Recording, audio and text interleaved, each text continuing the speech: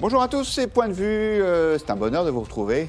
Comme chaque lundi, après un week-end, il nous a permis de recharger nos batteries pour traiter 4 sujets. Le premier, malheureusement, c'est ce drame des otages au Bénin, dont la libération a provoqué la mort de 2 militaires français. D'où cette interrogation, doit-on interdire aux touristes certaines destinations qui s'avèrent particulièrement dangereuses?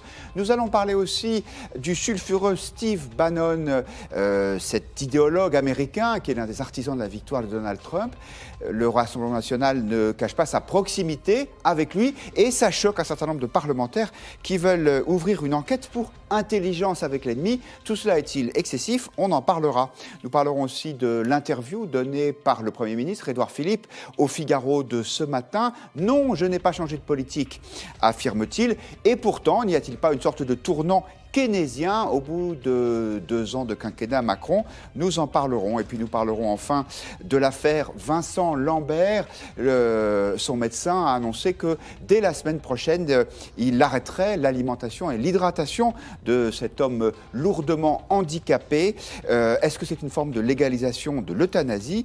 Nous en parlerons avec nos 4 invités. Bonsoir Anne-Charlène Bézina. Bonsoir. Vous êtes maître de conférence à Paris 1 et à Sciences Po. Votre spécialité, c'est le droit public. Vous êtes l'auteur, ou le co-auteur plus exactement, d'un ouvrage qui s'appelle Textes constitutionnels et politiques aux presses universitaires de France. Vous êtes aussi experte à l'Institut Sapiens. Bonsoir Guillaume Clossat. Bonsoir Vous Guillaume êtes le fondateur du think tank Europa Nova. Vous êtes aussi conseiller spécial du vice-président de la Commission européenne en charge du numérique. Vous aussi, vous enseignez à Sciences Po. Et vous êtes l'auteur de Media for Good aux éditions Débat Public. Ça a été publié cette année. Et ça vient d'être sélectionné pour le prix du livre européen parmi les 10 meilleurs essais. Eh bien, nous nous en réjouissons et nous vous souhaitons toute la réussite que vous méritez dans ce prix. Bonsoir Sébastien Potvin. Vous êtes expert associé à la Fondation Jean Jaurès. Vous avez été membre du Parti socialiste et vous avez fait partie du cabinet de Thierry Mandon, qui était le secrétaire d'État à la réforme de l'État pendant le quinquennat de François Hollande. Et puis nous accueillons aussi avec plaisir Georgi Kuzmanovic. Bonsoir. Bonsoir. Vous aussi, vous avez été dans une autre vie un des dirigeants de la France Insoumise, un de ses orateurs nationaux.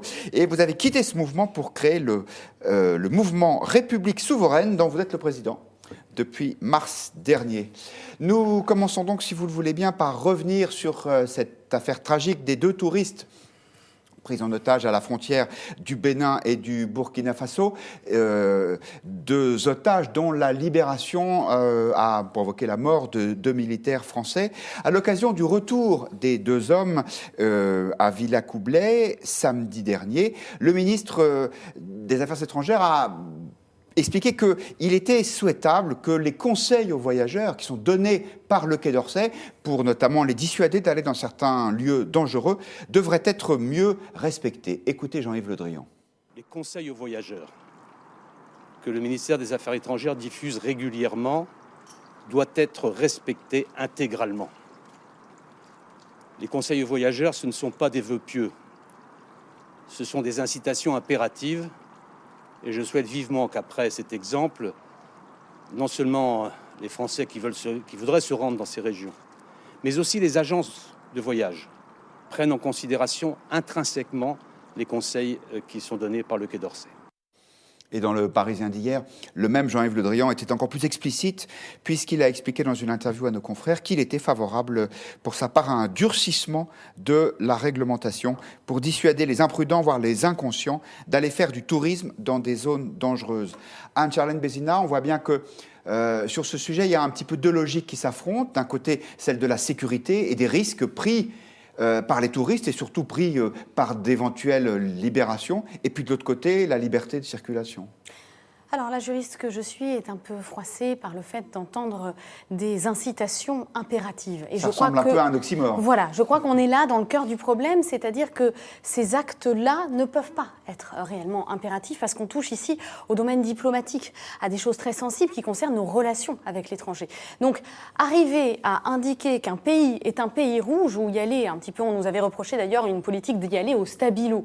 Donc dès lors qu'on ne particularise pas assez, c'est nos relations à l'étranger qui sont mises à mal, et dès lors qu'on particularise trop, on a le sentiment de ne pas mettre en sécurité nos ressortissants. Donc moi je crois que c'est un petit peu tout ce qui concerne la législation du risque. Je crains qu'elle soit un peu dangereuse et je ne sais pas si un durcissement de la réglementation est la bonne solution à partir du moment où il faut faire aussi appel à la responsabilité de chacun.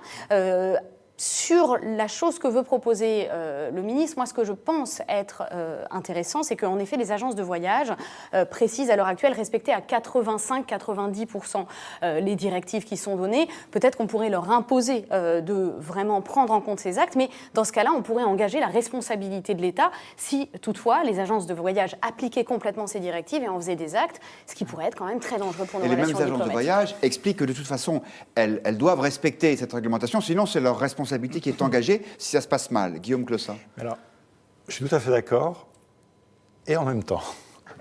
Et en même temps, il y a un sujet. Je ne sais pas si vous vous rappelez, en 2015, on a eu des attentats en France, et il y a plein de pays qui ont dit la France destination rouge. Qu'est-ce qui se serait passé si toutes les agences de voyage du monde disent la France est un pays de danger, etc. C'est juste pour qu'on ait une vision un peu plus en perspective, parce que là, on pense comme si on était tout seul, et on oublie que nous-mêmes, on a été mis au pilori à différentes reprises dans notre histoire récente comme un pays extrêmement dangereux. Nous sommes en désaccord total, évidemment, avec le fait que c'était dangereux, parce qu'une fois qu'il y a un attentat, souvent, il n'y a pas d'attentat immédiatement, etc. Mais ça pose un vrai problème, beaucoup plus compliqué que ce que le ministre veut bien dire. Et donc là, il y a une responsabilité plus générale, c'est-à-dire qu'il faut distinguer différents cas de situation. Évidemment, quand il y a une guerre ou un conflit extrêmement intense, je pense qu'il faut... donc il faut distinguer parmi les alertes rouges, et puis il faut avoir une sorte de traité ou d'accord international pour éviter que nous-mêmes on soit mis au pilori et que tout d'un coup les agences du monde... oui, parce que là, c'est toute une partie de notre économie qui... Donc là, moi, tout simplement, en bon européen, je poserai la question à la Commission en disant qu'est-ce qu'on pourrait faire pour trouver un système qui permette de réguler ce genre de choses, parce que typiquement, c'est un problème international qui n'est plus aujourd'hui, dans le monde tel qu'il fonctionne, un problème seulement français. Georgi Kuzmanovic, est-ce que vous partagez les réticences quand même sur une réglementation trop contraignante qui viennent d'être exprimées? Peut-être qu'une réglementation n'est pas nécessaire, mais je suis... Bon, d'abord, il y a une liberté de circuler qui doit être garantie. Si les gens ont envie de se déplacer, ils se déplacent, c'est la liberté de chacun. On s'est assez battu pour ça, mais je ne suis pas certain que...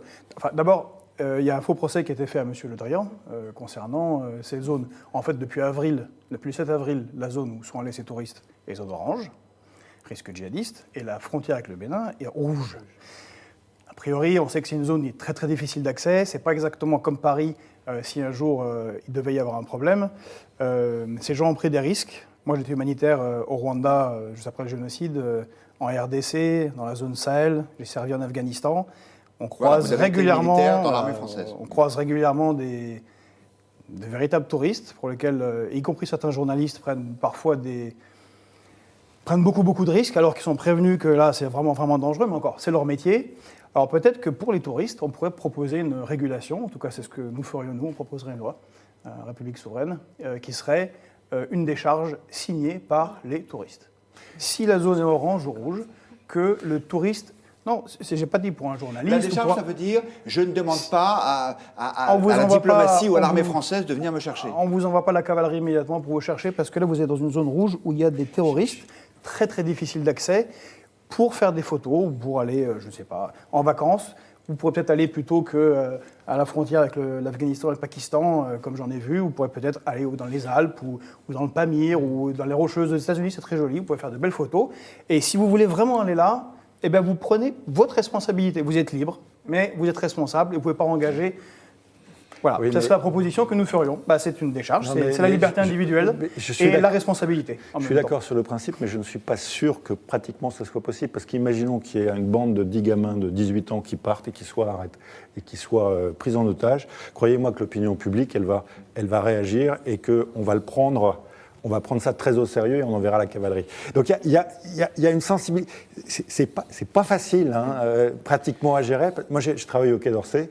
Je veux dire que quoi qu'il arrive, même s'il y a une décharge, on est obligé de se pencher sur le cas de nos ressortissants. Ça fait aussi partie du droit international. C'est une responsabilité dont l'État ne peut pas se décharger non plus comme ça. Donc ça n'a rien d'évident. Je parle à la juriste. Sur la grille, les fameuses couleurs de France Diplomatie, orange, et c'est indiqué sur le site, j'y suis allé pour regarder, déconseillé sauf raison impérative. Donc nous avons 2 touristes, tout à fait d'accord avec vous, qui étaient en zone orange. Le nord du parc, effectivement, la frontière du Burkina était zone rouge. Ils sont allés en zone orange. Donc là, on est quand même dans une situation où l'irresponsabilité de ces 2 personnes est absolument totale. Donc moi, je ne sais pas s'il faut légiférer, etc. Et c'est vrai que la France a quand même une spécificité qui est de légiférer dès qu'il y a un sujet. En tout cas, il y a quand même un problème d'information et de prise en compte de responsabilité. Il faut à minima, que tous les acteurs du tourisme et du voyage mentionnent très clairement quelle est la couleur et qu'un document soit remis à chaque personne pour savoir où l'on va, où l'on s'engage et les risques que l'on fait courir. D'abord, évidemment, à soi-même, et aussi, éventuellement, à toute personne qui serait amenée à venir nous porter secours. Mais responsabilité individuelle ou interdit, parce que déconseiller n'est pas assez fort. Si on pense que le risque c'est... Quand vous avez un feu qui passe à l'orange, la plupart des conducteurs accélèrent en disant « au moins, je ne suis pas passé au rouge ». Mais la signification, en France, la signification du feu orange, c'est « arrêtez-vous maintenant ». Et c'est exactement la même chose, c'est-à-dire qu'il faut augmenter le niveau de responsabilité de chacun. Je vais vous passer la parole, bien sûr, Anne-Charlène Bézina. Je vais juste, en passant, vous donner le point de vue des internautes. Vous savez que nous les interrogeons, ceux qui sont en train de suivre cette émission sur Twitter, et ils sont 70% à considérer que oui, on devrait interdire certaines destinations aux touristes. Et puis, ce commentaire de Babino sur la proposition que vient de faire Georgi Kosmanovic, une décharge irait à l'encontre même de la tradition française, qui est de secourir les ressortissants français, peu importe le contexte. Anne-Charlène Bézina. Alors, et en même temps, puisque ça va être la mode de ce soir, je crois qu'il y a une question qu'il faut se poser, c'est peut-être le milieu entre cette décharge et cette liberté chérie, évidemment, vous l'avez dit, pour laquelle nous nous sommes battus. Trop de liberté, c'est aussi trop peu d'informations. Et là, je vous rejoins complètement. Je pense que les agences de voyage doivent prendre leurs responsabilités à ce niveau-là, notamment pour indiquer que... Alors, je crois que cette affaire va quand même jouer son rôle de pédagogie, c'est-à-dire qu'aller dans une zone inconsidérée, c'est risquer la vie des soldats français. Et je crois qu'il y a la nécessité quand même qu'on ait plus d'informations sur cette question. Néanmoins, en aller jusqu'à changer les zones, etc., je crois que malheureusement, nos concitoyens parlent avec un désir de sécurité qui est toujours dangereux, puisque le législateur, quand il s'engage là-dedans pour légiférer, pour définir ce qu'est un risque, on a aussi ce principe de précaution, c'est-à-dire... On va faire notre maximum pour pas que ça n'arrive, mais le droit, le législateur ne peut pas tout prévoir. Et donc, arriver à définir des zones en plus, je ne suis pas sûre que ça solutionne le problème de la responsabilité individuelle de chacun au moment où il s'agit d'engager des vies.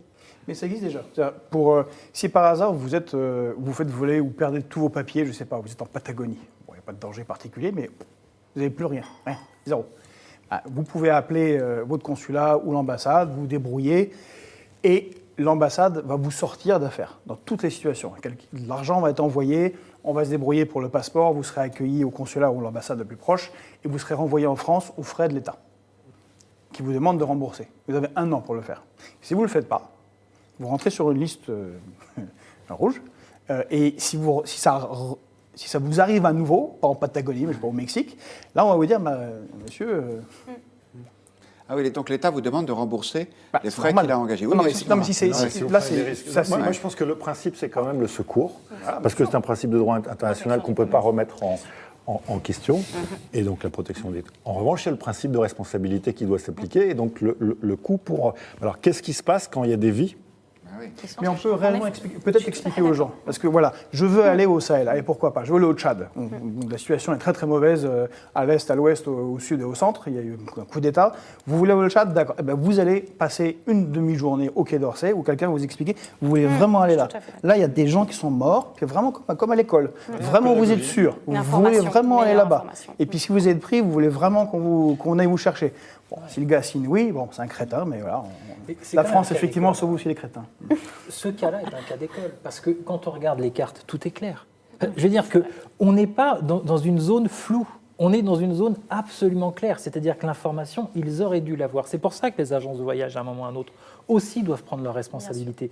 Alors ça sera peut-être un autre sujet tout à l'heure, mais sur les 120 000 postes de fonctionnaires, je ne suis pas sûr qu'on soit obligé d'en remettre 10 000 au quai simplement pour s'occuper des personnes qui vont voyager dans des zones, etc. Mais néanmoins, il y a cette question de l'information et je pense effectivement que les agences de voyage doivent prendre leur part. Un dernier mot que nous laissons à un internaute, Philippe, qui nous dit « Il ne faut plus garantir la sécurité n'importe où dans le monde ». Nous passons à notre deuxième sujet. L'ancien ministre Les Républicains, Frédéric Lefebvre, rallié à La République En Marche, a déclenché une très forte polémique en demandant une commission d'enquête autour des relations qui unissent le Rassemblement national et Steve Bannon. Steve Bannon, c'est l'un des inspirateurs de l'idéologie de Donald Trump, l'un des artisans de sa victoire aussi. Il considère, Frédéric Lefebvre, que le Rassemblement national se rend coupable de haute trahison en ayant des liens avec cet homme. Il y a donc des parlementaires qui demandent l'ouverture d'une enquête pour intelligence avec l'ennemi. Tout ça n'est pas tout à fait du goût, évidemment, du parti de Marine Le Pen, et notamment de Jordan Bardella, qui est la tête de liste aux élections européennes. Il l'a dit ce matin à nos confrères de Sud Radio, pour lui, on marche sur la tête. Est-ce que vous vous rendez compte du délire ? Oui. Est-ce que vous vous rendez compte de l'intelligence avec l'ennemi ? Oui. C'est-à-dire qu'on a effectivement rencontré le directeur de campagne de Donald Trump et on est suspecté d'intelligence avec l'ennemi. Non mais il y a quoi ? Il y a une menace pour la sécurité nationale ? En réalité, on voit que la ficelle est assez usée et que la majorité, en réalité, qui n'a plus vraiment d'arguments à nous opposer sur le fond, puisque Mme Loiseau a visiblement du mal à faire décoller sa campagne, essaie de jeter des boules puantes depuis maintenant quelques jours. Alors commençons par donner la parole à l'accusation.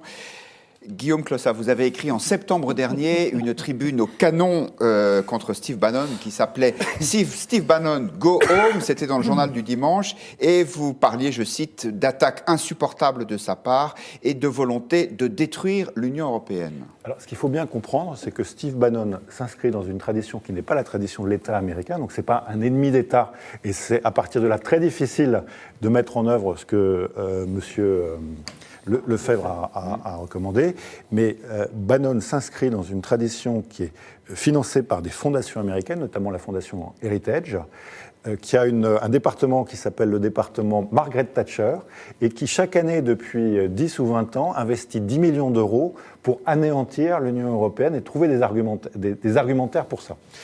Et M. Bannon est le digne héritier de ces gens. Il est venu en Europe à l'été avec l'idée de rallier tous les populistes et de créer un vaste mouvement populiste. Et la vérité, c'est que M. Bannon, même par les populistes, on l'a dit, M. Bannon, taisez-vous et rentrez chez vous. Même les populistes. Et moi, je trouve que Bannon fait pchit et que c'est un grand honneur aujourd'hui de lui consacrer autant d'énergie. Bannon a aujourd'hui échoué en Europe.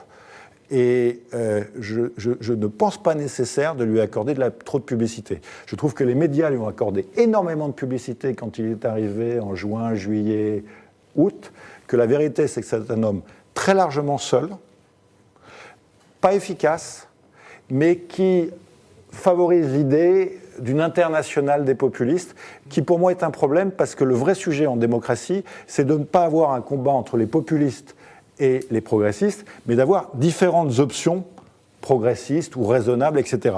Ah, mais si tout le monde pense la même chose, non, pardon, mais des options différenciées. Oui. C'est-à-dire que, en vérité, si vous regardez les programmes progressistes, les beaucoup progressistes et les moyens progressistes. Pardon, si vous regardez les programmes aux élections européennes du PPE, des sociaux-démocrates, des Verts ou de la LDE, c'est pas du tout la même chose.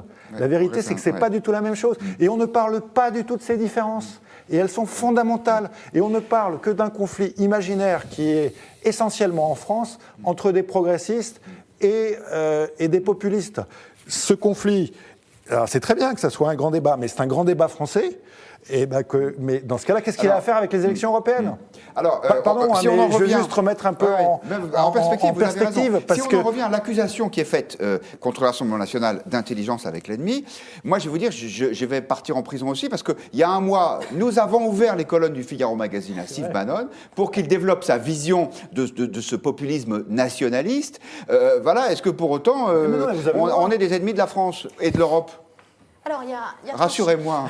Je vais vous rassurer. À mon avis, il y a 3 choses là-dedans. Il y a d'abord le mélange des qualifications juridiques qui m'inquiète un petit peu. Il y a la pensez que ça tient pas la posture route du Rassemblement national. Alors, intelligence avec l'ennemi, c'est plus ou moins quelque chose qui nous a servi sous la Troisième République et qui depuis est resté pour des raisons historiques évidente, c'est-à-dire essayer de se dire qu'en cas de guerre ou en cas de conflit, on pourrait l'utiliser. Néanmoins, ça là, passe par les services secrets. je pense c'était on est très très à côté de ce qui est en train de se passer. Néanmoins, il y a un autre délit qui est véritable, qui lui est dans le code électoral, c'est qu'un parti politique ne peut pas se faire financer par un État étranger hors zone UE. Oui. Bon. Alors, tant qu'il n'est pas avéré que Steve Bannon a financé la campagne des européennes du Rassemblement national, a priori, pour moi, on est complètement hors des clous. Néanmoins, ça vient au deuxième point. Le Rassemblement national, anciennement Front national, a fait tous les titres des journaux depuis 1980, même quand c'était encore Jean-Marie Le Pen, pour dire qu'on l'empêchait de s'exprimer et que donc, dès lors que le monde judiciaire entrait dans ce qui était dit au Rassemblement national, il y avait une atteinte à son pluralisme. Et moi, je crains un petit peu qu'en faisant cette commission d'enquête, on nourrisse encore cet argumentaire de la part du Rassemblement national, ce qui, moi, me gêne un petit peu. Néanmoins, je pense qu'il se ridiculise assez vite tout seul et que donc ça nous gagne un petit peu de temps. Sur le troisième point, c'est l'influence de Steve Bannon. Cette influence, vous avez raison, je pense qu'il est très seul. Faible. Il est très seul, mais à mon avis, il ne faut pas négliger le fait qu'il est important que nos parlementaires français mettent en lumière le fait qu'on devrait presque garder comme une doctrine de philosophie politique, on se mêle de ses affaires intérieures et on ne peut pas créer des mouvements aussi larges que le populisme européen qu'il veut essayer de créer hors de ses frontières, parce que tout d'abord on ne maîtrise pas la politique nationale de chacun de ces États et je trouve que c'est une manière de renvoyer le Rassemblement national au fait qu'on se débrouille avec ses idéologies dans son État. Je vous livre le point de vue de nos internautes qui n'ont pas l'air trop inquiets, encore que 62% considèrent qu'il ne faut pas s'inquiéter des liens entre Steve Bannon et le Rassemblement national. Ça veut quand même dire qu'il y en a 38% qui pensent le contraire. Quelques commentaires, citoyens payeurs qui pensent, ça aussi ça provoquera peut-être le débat, que Le Pen et Bannon, c'est du même calibre que Macron et Merkel dans une précédente campagne. Ça veut dire une grande proximité. J'imagine, voilà, je me doutais bien que Guillaume Clossat allait réagir. Babino nous dit « Bannon est un stratège, il a joué un rôle crucial dans l'élection de Trump, il conseille le Rassemblement national, rien de plus. » Alors que Hayden estime au contraire que si Steve Bannon se rapproche du Rassemblement national, cela peut contribuer à déstabiliser l'Europe. Sébastien Potvin, votre point de vue? Alors, je pense qu'effectivement, il ne faut pas apporter trop d'importance à Steve Bannon. Mais derrière, c'est la question de la démarche. Bon. Des internationales, on en a connu. Bah oui, vous qui avez été socialiste. Bon, et donc, pourquoi pas une internationale populiste pour certains, évidemment. Bon. Ce qui est certain, c'est qu'on voit qu'il y a une tentative de fédérer, je dirais, un national-conservatisme et qu'effectivement, Steve Bannon tente quelque chose. En France, on voit aussi, par exemple, que Marion Maréchal tente de fédérer une famille, qui n'est pas exactement celle, d'ailleurs, du RN, qui est beaucoup plus conservatrice. Donc, ce qu'il faut regarder par rapport à tout ça, c'est quel est le sens, quelle est la direction de tout ça. Et on voit bien qu'il y a cette volonté de commencer à fédérer toutes les oppositions, notamment à un projet libéral. Et en fait, c'est une tentative d'international contre une vision libérale du monde. Et l'Union européenne symbolise cette vision libérale du monde. Donc aujourd'hui, on a quelqu'un qui dit « Ok, on va revenir sur des blocs qui sont des blocs puissants, nationaux. Les États-Unis d'un côté, ça tombe très bien. J'ai aidé Donald Trump à accéder aux responsabilités. La Russie de l'autre, ça me convient très bien. Cette Union européenne qui se trouve au milieu, dont on a du mal un petit peu à cerner les contours, etc. Moi, je n'en veux pas. Donc, peu importe Steve Bannon. Moi, ce qui m'intéresse, c'est ce qu'il y a derrière. Et ce qu'il y a derrière, alors là, pour le coup, moi, je suis ennemi de ce qu'il y a derrière. Mais pas forcément ennemi judiciaire pour autant. Enfin, ou bien vous considérez que c'est... Vous l'avez dit, d'un point de vue du droit, c'est un peu compliqué de tirer les fils de tout ça. Si on voit demain qu'effectivement le Rassemblement national a été financé par des fonds qui viennent d'une fondation américaine, ça c'est interdit. Pour le reste, voilà. Et au fond, le Rassemblement national gagne des points avec tout ça, parce que son électorat se dit je suis encore plus conforté que d'habitude. Voilà, encore une fois, on nous attaque. En plus, il montre quelque chose que Marine Le Pen a énormément de mal à prouver. qu'il y a quelque chose en dehors des frontières françaises qui peut être organisé. Et c'est là où, malgré tout, les choses avancent de leur côté. Georgi Kuzmanovic, vous, l'internationalisme, ça vous hérisse pas forcément non plus, a priori. Non, mais d'abord, juridiquement, ça n'a aucun sens. Je crois que Bannon, il est états-unien, donc il appartient à ce pays avec lequel la France est alliée dans l'OTAN. Je ne sais pas sur quoi Lefebvre se base exactement. Ensuite, une remarque sur le Front National. Je suis pas, le terme de populiste me pose problème parce qu'il s'applique à n'importe quoi, à n'importe qui. Le Front National revient au Front National de papa avec Bannon, c'est-à-dire très pro-américain.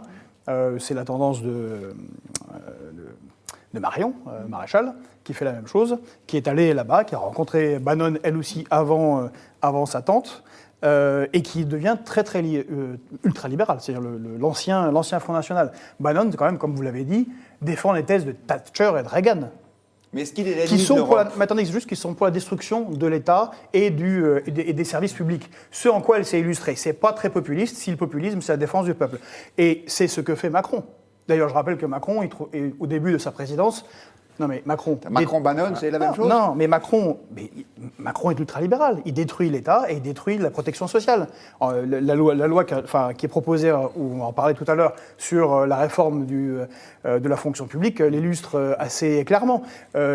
Ils sont plutôt proches idéologiquement sur ce qu'il faut faire de l'État et comment il faut... Non, mais ils sont thatchériens plutôt. Ils sont thatchériens. C'est un peu excessif. Mais juste, je voulais dire, attendez, a... c'est que Macron, au début de sa présidence, se disait ami de Trump. Bon, est-ce qu'on l'a jugé pour collusion avec l'ennemi? Par contre, s'il y avait une vraie collusion avec l'ennemi qui devrait être proposée après une enquête parlementaire qui a été présidée par les Républicains, c'est sur la vente d'Alstom. On est quand même dans un pays où la moitié de nos ministres, depuis Sarkozy, et je vous interromps tout de suite, parce que la vente d'Alstom, Steve Bannon n'est pas vraiment impliqué dedans. Non, mais Macron, par contre, oui, j'ai compris que c'était Macron. Non, mais c'est la French American Foundation. Là, pour le coup, vous pensez qu'il y a... La moitié de nos ministres font partie d'un think tank, la French American Foundation, qui trouve des young leaders, des jeunes leaders, qui les financent, qui deviennent ministres. Et quand celui-ci était conseiller de M. François Hollande, il a vendu un fleuron national qui est Alstom, General Electric, rapportant 4,5 milliards à Bank of America, à Rothschild et à Bouygues, et qui vend notre chaudière nucléaire, qui déplace nos sous-marins nucléaires, qui assure notre dissuasion nucléaire, aux États-Unis. S'il y avait une collusion avec l'ennemi réelle, je la verrais ici parce qu'elle pose réellement problème pour la dissuasion nucléaire de notre pays. Pardon de le dire, mais à partir du moment où les Américains sont un allié de l'Europe et qu'il y a des fondations, des associations qui promeuvent les relations entre les leaders, alors peut-être qu'il faut que quand les gens sont en cabinet ministériel, ils ne puissent pas y accéder, ça ne serait pas anormal, parce qu'en fait... Mais moi, je ne trouve pas malsain qu'il y ait des programmes d'amitié avec la Chine, avec les États-Unis, et d'ailleurs, pourquoi pas avec la Russie. Je trouve que la moitié de nos ministres sont passés par un groupe d'amitié franco-chinois. Ok, mais enfin, il ne faut pas non plus... Et puis, pourquoi Macron est quand même la bête noire de Bannon, c'est-à-dire que Macron... il a des qualités, c'est vrai qu'il a des défauts, mais il a une vision quand même de l'Europe qui est plus celle d'une Europe puissance, et c'est ce que Bannon ne veut pas, parce que ce n'est pas l'intérêt des États-Unis. La vérité, elle est là. Et donc, Macron est la bête noire de Bannon, il faut le dire. Et aussi de Marine Le Pen, ce qui tombe bien, ça fait effectivement des alliances objectives. Passons, si vous le voulez bien, à l'examen de l'interview donnée dans le Figaro de ce matin par le Premier ministre, à qui nous avons posé la question, au bout de 2 ans, Emmanuel Macron et lui ont-ils changé de politique économique, dans la mesure où les déficits repartent à la hausse? Il y aura 17 milliards d'euros d'argent public nouveau distribués aux ménages, c'est en tout cas l'engagement du chef de l'État après la crise des Gilets jaunes. Il y aura en quelque sorte de nouveaux impôts pour les entreprises, puisqu'on va supprimer quelques niches fiscales. Donc est-ce que c'est une espèce de tournant? Est-ce qu'on s'éloigne de la politique de l'offre qui était celle annoncée originellement par Emmanuel Macron? Anne-Charlène Bézina. À mon sens, le Premier ministre, dans cette interview, ne s'en cache pas tellement, puisque tout le monde nous parle Il dit d'acte j'accélère, il dit Oui. pas je change de politique. Alors, changement de politique, tout est le verre est dans le fruit. C'est-à-dire que politique, ça peut vouloir dire beaucoup de choses. Tournant keynésien, on peut dire, pour être simpliste. Alors, pourquoi pas, à mon avis, en voir un. Néanmoins, je pense surtout que c'est surtout un habillage de l'acte 2 du mandat d'Emmanuel Macron, dont Édouard Philippe a parlé. C'est-à-dire cette idée de ne pas changer le fond tout en changeant la forme. Et à mon avis, c'est pas tellement un changement de politique choisi, c'est un changement politique imposé, c'est-à-dire qu'avec la crise qui est arrivée, le gouvernement est dans une politique de montrer patte blanche et d'essayer de démontrer que du coup il est proche des Français et à mon avis, ce fond va avec cette nouvelle forme et moi j'y vois l'acte 2, c'est-à-dire ce président qui veut essayer d'apparaître dans son volet social. Georgi Kuzmanovic, ça doit vous réjouir, non, ce tournant. On supprime plus de postes de fonctionnaires, on renonce à faire des économies dans la sphère publique. On donne de l'argent aux Français. Oui, enfin, on verra. Ce sont des annonces. J'ai beau chercher, je ne vois pas très bien en quoi est-ce qu'il y a un changement. Alors peut-être, comme vous le dites, sur la forme, mais sur le fond, où et quoi, très exactement. Puis c'est très étonnant d'avoir dit pendant 2 ans que c'était le bon cap et de proposer maintenant un changement. Donc ça veut dire que finalement, ce n'était pas bien ce qu'ils avaient fait avant. On peut changer d'avis. Ah oui, non, mais c'est un vrai souci. Et puis, parce que je rappelle quand même dans la lettre aux Français, avant le grand débat national, Macron a bien écrit qu'il n'y aura pas de changement de cap sur toutes ces questions principales. Et puis d'ailleurs, récemment, quand Monsieur le Premier ministre Philippe a déclaré qu'il n'y aurait pas, par exemple, de retour sur le CICE. Je rappelle le CICE quand même.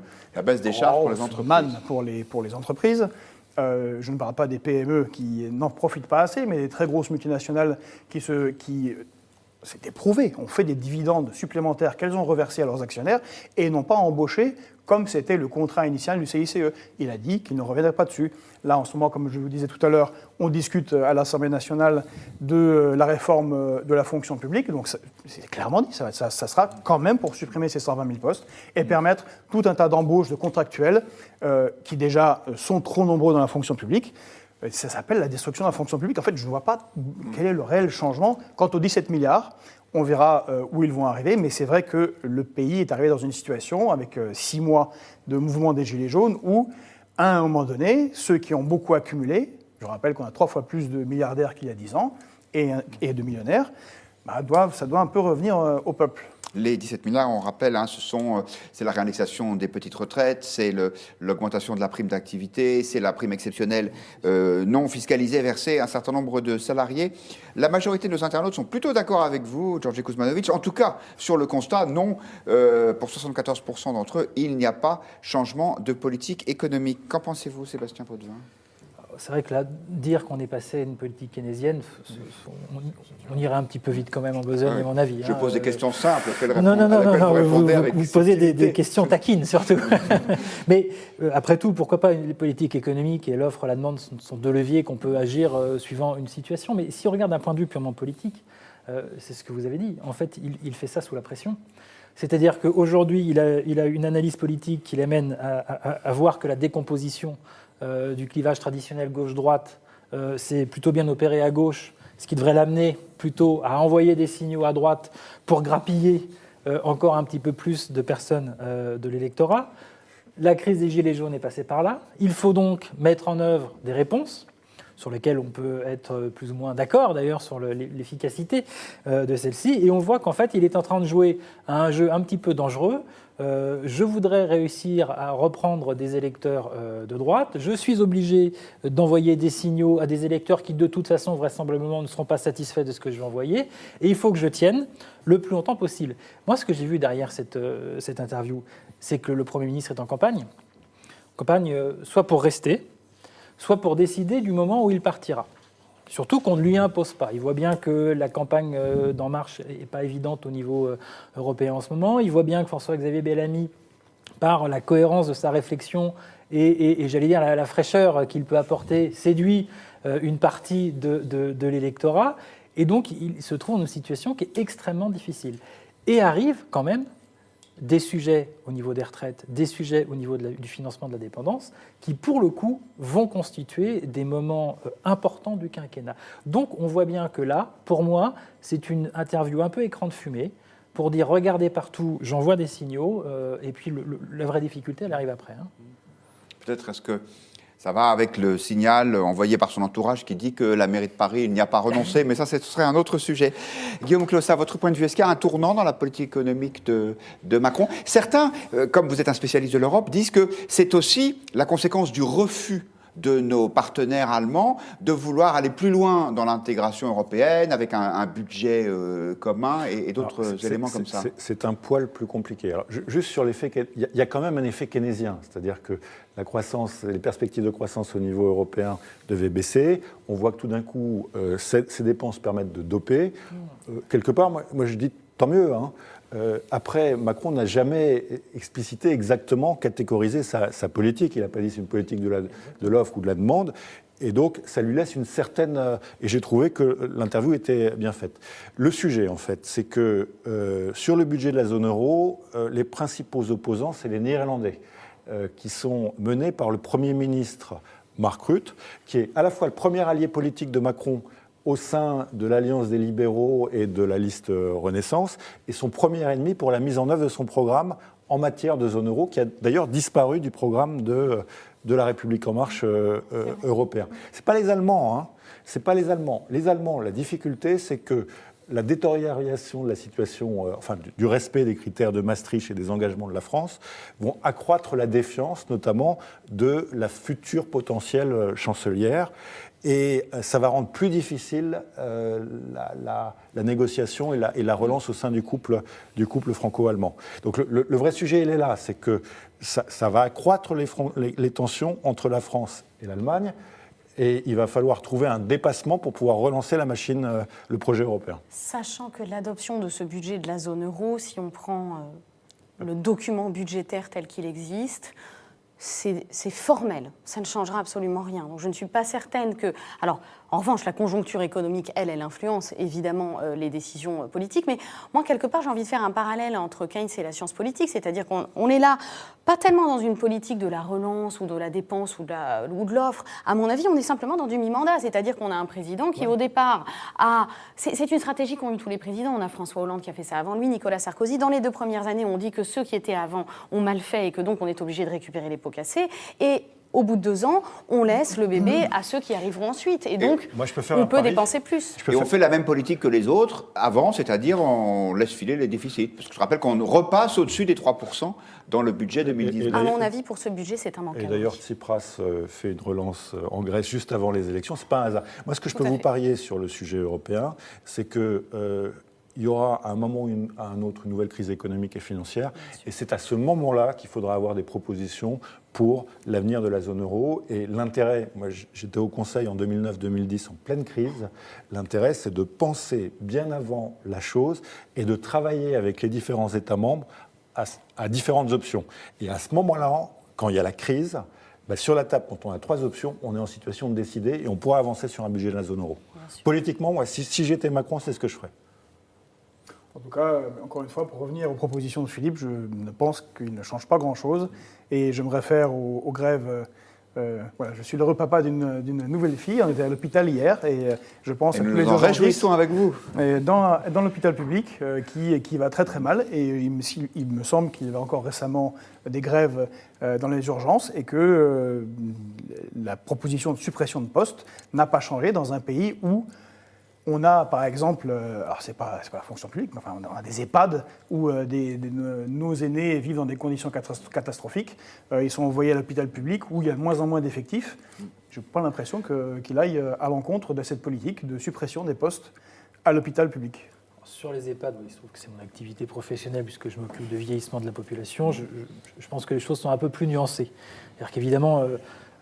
certains confrères du Figaro qui n'ont peut-être pas l'acuité journalistique mettent les choses avec gros traits. La réalité, c'est que c'est un peu plus complexe que cela. Mais par contre, ce qui m'intéresse, c'est de voir notamment la position de l'opposition de droite concernant cette question des suppressions de postes de fonctionnaires. On rappelle qu'il y avait 120 000 suppressions de postes annoncées dans le programme présidentiel. Emmanuel Macron a dit, s'il faut y renoncer, je le ferai, ce qui veut dire qu'il ne vais y renoncer, voilà, exactement. Ne fera pas les diminutions. Et ce qui est assez intéressant, c'est de voir celles et ceux qui étaient prêts à faire, je crois, 500 000 suppressions, François Fillon, dire aujourd'hui que 120 000, c'est une catastrophe, c'est trop, ça suffit, c'est scandaleux. Donc, vous parliez tout à l'heure de la France, de pouvoir faire les choses en responsabilité. Ben là, on a quand même une opposition de droite qui est prise en flagrant délit d'irresponsabilité. Donc, si elle se prépare ainsi un jour à reprendre les rênes du pays, il faut qu'elle fasse quand même un petit peu attention. Un dernier mot. Oui, mais le sujet est là-dessus, parce que le premier, dans cette très bonne interview du Figaro, parce que très bien menée par vos collègues, le Premier ministre dit il faut transformer les services publics. Et je crois que c'est le vrai sujet, et il y a une dépense publique en Europe et en France qui est très importante, mais le sujet c'est vers quoi? Quel nouveau modèle de service public? Et on a besoin d'une vision claire. Et vous convenez que c'est un autre sujet. Donc oui, mais ça manque. Oui, je suis d'accord que c'est connexe. Tout le cœur du sujet. Il y a fonction publique et fonction publique, c'est ça aussi. Eh bien, voilà, ce sera le mot de la fin, en tout cas, sur ce sujet. Je vous propose de consacrer les quelques minutes qui nous restent à un sujet douloureux qui est celui de Vincent Lambert. Vous savez, cet homme de 42 ans qui, depuis 2008, est inconscient, qui ne reçoit pas de traitement médical, mais qui est alimenté et hydraté de façon artificielle. Son épouse veut qu'on arrête cette alimentation, ce qui revient à le faire mourir. Ses parents sont contre. Il y a eu un certain nombre de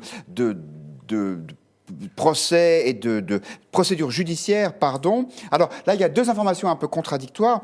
D'un côté, la Convention sur les droits des personnes handicapées de l'ONU et qui a dit non, il ne faut pas arrêter l'alimentation et l'hydratation de Vincent Lambert. Et puis de l'autre côté, les médecins qui s'en occupent, ça se passe au CHU de Reims, qui disent nous avons l'autorisation de la justice française, donc dès la semaine prochaine, nous allons arrêter d'alimenter Vincent Lambert et lui appliquer une sédation profonde et continue, ce qui revient à le faire mourir. Est-ce que c'est une légalisation de l'euthanasie, cette procédure qui se met en place, Sébastien Potvin? En tout cas, on va vers une légalisation de l'euthanasie quand on voit ce genre de choses. En même temps, le projet politique moderne, c'est bien de permettre à chaque individu de bénéficier de droits nouveaux. La question après, c'est à quel moment on va passer de hors droit à droit. Et comment on va faire pour légiférer? C'est ça le sujet. Oui, parce que la question c'est, est-ce que c'est un droit pour Vincent Lambert qui est celui de ne plus être alimenté? Ce qui est assez incroyable avec cette histoire, c'est qu'on voit bien ce que demain sera justement, je dirais, le débat autour de cette question de la vie et de la fin de vie. On a des personnes qui disent, ben voilà, moi, si je ne suis plus en état de vivre dignement, permettez-moi de mourir, y compris si ça doit passer par une sédation profonde. Voilà, donc l'euthanasie. On a des personnes qui vont dire au contraire, ben moi, je veux pouvoir rester dans l'état dans lequel je suis, même si c'est long et même si c'est douloureux, parce que mes aspirations les plus profondes m'emmènent à avoir cette décision. Et on a d'autres personnes, qu'on oublie mais qui commencent à arriver, qui disent, moi, de toute façon, je vais combattre la mort. Et quel que soit ce qu'on pourra mettre dans la tête, dans le sang, etc., je l'accepterai. Et donc, demain, la société sera composée de ces 3/3. Et il va falloir composer et trouver un cadre juridique dans lequel chacun puisse s'y retrouver. Et imaginez dans une famille où, dans le cas de Vincent Lambert, ces dispositions n'étaient pas claires. Donc, comme les dispositions n'étaient pas claires, eh bien, on a vu le cercle familial exploser, notamment du côté de son épouse, qui était d'accord justement pour arrêter les soins, et du côté de ses parents, pour qui il ne fallait surtout pas. Et donc là, on est dans des drames. C'est-à-dire que pour moi, il n'y a pas les bons d'un côté, les méchants de l'autre. On vit un drame. Cette famille vit un drame, mais il faut tirer de ce drame quelque chose qui va nous permettre d'anticiper un sujet que la société va devoir traiter immanquablement. Anne-Charlène Bézina, c'est un sujet juridique ou c'est un sujet éthique, moral d'abord? Les deux. C'est le problème, c'est qu'à mon avis, on est dans cette zone grise du juridique et du parajuridique. Et à mon avis, changer la législation, c'est une erreur, puisque pour moi, la loi Leonetti 1 et la loi Leonetti 2 ont manifesté justement ce changement de mentalité. Et aujourd'hui, on a un corpus très complet du Code de la santé publique qui nous dit qu'en cas d'acharnement déraisonnable, eh bien, il y a cette possibilité de recourir à l'euthanasie. Alors, c'est vrai qu'il y a une différence entre l'euthanasie passive et l'euthanasie active, mais tout est dans la qualification. 6 ans de procédure pour en arriver à savoir si on est dans l'acharnement déraisonnable, si oui ou non il y a l'expression d'un consentement, puisque vous parliez de ces tiers de population, à mon avis vous en avez oublié un, c'est celui qui n'est le dernier quart du coup, qui n'est pas en capacité de s'exprimer. Et c'était la première affaire judiciaire, Vincent Lambert, parce qu'on a eu l'affaire Vincent Habert, l'affaire du docteur Bonnemaison, l'affaire Vincent Lambert, c'était la première où on ne pouvait pas savoir s'il y avait eu consentement. Alors il y en avait eu un auparavant, quand il était encore sain, mais est-ce que, par rapport justement au cadre que nous avons fixé dans le Code de la santé, normalement les directives sont censées être données dans les 48 heures, dans les quelques mois qui précèdent. Et donc du coup, la question est celle de sa validité du consentement. Est-ce qu'il a vraiment consenti à l'arrêt des soins ou non? Et on a les représentants les plus proches, la mère et l'épouse, qui ne sont pas d'accord sur cette expression. Donc, que demander à la loi ici? Est-ce que ça n'est pas finalement au corps médical lui-même, à la famille, d'arriver à se mettre d'accord sur... Il y a beaucoup de principes en présence. Il y a la dignité, il y a le consentement, il y a la liberté. Et la Cour européenne des droits de l'homme a, à mon avis, eu une bonne politique là-dessus, en disant que finalement le droit à la vie n'est pas le corollaire d'un droit à la mort pour la Convention européenne des droits de l'homme, mais qu'il y a une nécessité de créer un espace que la loi Leonetti, à mon avis, crée bien, qui est celui de partir dans la dignité quand un consentement existe ou qu'en tout cas la famille est en accord sur cette question. Oui, même si là, effectivement, ça n'est pas le cas, vous le disiez, Voilà. entre l'épouse et les parents. Je vous donne le point de vue de nos internautes à qui nous avons posé cette question. Selon vous, l'arrêt prochain des soins de Vincent Lambert peut-il conduire à la légalisation de l'euthanasie? 57% répondent positivement. Et puis, ce commentaire de Philippe, l'euthanasie permet de faire décroître les coûts de santé. Une question, celle de Nicole, pourquoi le conjoint est-il prioritaire sur les parents pour ce genre de décision? Et puis cette remarque de EPA qui nous dit arrêter la machine qui retient en vie quelqu'un artificiellement et pour qui aucun espoir de rémission n'est permis, ne signifie en rien qu'on ouvrirait la porte au suicide assisté. Guillaume Clossat, effectivement, l'un des enjeux, c'est de savoir si maintenir en vie Vincent Lambert, pas par un traitement, parce qu'en fait il n'est pas soigné, mais par une alimentation, c'est un acharnement déraisonnable, pour reprendre les termes de la loi Leonetti, ou non? C'est très compliqué, parce qu'on a des cas où on voit que 10 ans après, il y a des gens qui retrouvent... Oui. Et donc... C'est arrivé récemment où une personne qui était dans le coma depuis plus de 10 ans s'est réveillée, entre guillemets. Et donc là moi, je trouve qu'il faut que dans le droit, il y ait des zones de non-droit. De non-droit, c'est-à-dire qu'il y a des cas qui ne peuvent pas être traités et qui doivent donner lieu à une discussion humaine. C'est très compliqué pour nous parce que, d'une part, ce n'est pas notre culture. La culture française qui est immergée dans le catholicisme donne l'idée qu'un faible, quel qu'il soit, on doit l'aider jusqu'au bout. Donc il y a un côté profondément identitaire qui n'est pas le même chez les protestants, hein, où en Suisse la maturation est différente. Donc moi, je pense qu'il faut garder cette zone de non-droit et il faut accepter de ne pas devoir réguler partout. En revanche, il y a un vrai sujet, c'est que nos populations vont vieillir et vieillir de manière massive. Le sujet de la mort et de la mort dans des bonnes conditions, mais aussi de la vie dans des bonnes conditions et de l'activité après le travail, c'est-à-dire comment on fait pour que les gens soient inclus dans une activité sociétale le plus longtemps possible, parce que c'est la meilleure condition pour qu'ils coûtent le moins à la société et qui contribue le plus, est un sujet politique majeur. Et je pense que c'est cette réflexion-là plus large que... on doit mener à un moment ou à un autre. Et c'est la réflexion politique, le sujet politique de la décennie qui vient. Đorđe Kuzmanović. Moi, je suis d'accord avec tout ce qui a été dit. Ça ne doit pas être un débat politique. C'est une question morale et éthique. Il y a une loi, la loi Leonetti, vous l'avez très bien exprimé, qui permet déjà de partir dans la dignité. Chaque cas est compliqué, c'est des tragédies humaines. Et est-ce que, ça dépend des... Voilà, quand il y a des accords entre deux proches, est-ce qu'il ne faudrait pas, je dirais par principe, choisir la vie? Alors précisément pour répondre à la question de Nicole ou Valérie, bon, Sur les parents. voilà, à la question d'internaute, l'épouse a acquis la qualité de tuteur légal de Vincent Lambert récemment, je crois, dans les années 2015 ou 16. Et ça aussi, ça a mené à un contentieux judiciaire entre 4 ou 5 juridictions. Là aussi, les parents ont contesté cette capacité. Mais aujourd'hui, il est donc clair qu'elle agit au nom de son mari. Donc c'est pour ça que c'est elle qui est responsable de l'arrêt des soins. Néanmoins, comme vous le dites, quand est-ce qu'on peut décider sans accord de la famille. La question aussi qui avait été posée par un internaute, c'est quand est-ce qu'on arrête la machine et est-ce que c'est vraiment du suicide assisté? Malheureusement oui, au sens de notre code pénal, c'est même considéré comme un empoisonnement. C'est-à-dire que vous encourez la même peine que si vous empoisonnez volontairement quelqu'un, puisque la sédation, c'est finalement l'arrêt de soins qui conduisent à la vie. Garder la vie ou pas, c'est une question qui, là aussi, à mon avis, mérite d'être morale ou éthique, mais pas juridique. Merci beaucoup, merci à tous les quatre d'avoir participé à cette émission. Point de vue, c'est fini pour ce soir, mais vous retrouverez demain Marie-Amélie Lombard. Merci beaucoup.